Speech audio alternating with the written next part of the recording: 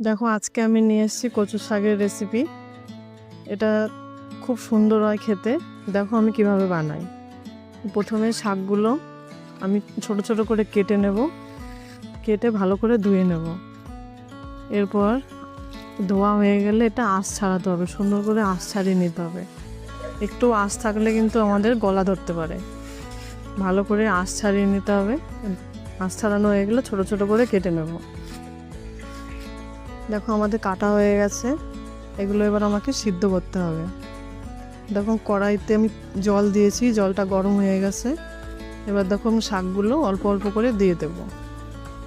আমার এখানে অনেকগুলো শাক হয়েছে, কিন্তু এগুলো আস্তে আস্তে কমে যাবে। সিদ্ধ হলে পরেই একদম অল্প একটু হয়ে যাবে। আর এর ভেতর দিয়ে দেবো নুন, দিয়ে ঢাকা দিয়ে দেবো।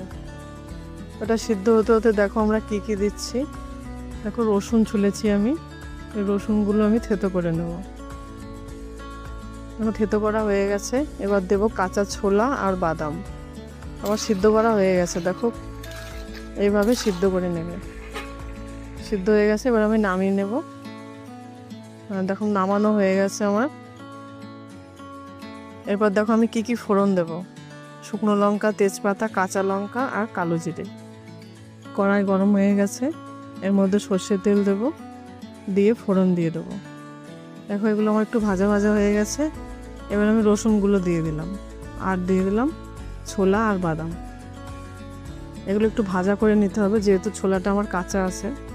অল্প লবণ দেব আর হলুদ দেব, দিয়ে ভাজা হয়ে গেলে দিয়ে দেবো কচুর শাক।